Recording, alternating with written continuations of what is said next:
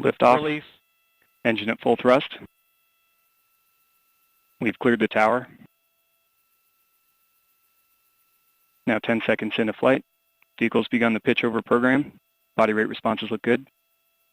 Now 15 seconds in. PU's gone to closed loop control. RD-180 looks good at full thrust. Seeing good chamber pressure on both SRBs. Now 26 seconds into flight. RD-180 now throttling down to partial thrust as expected. Engine response looks good.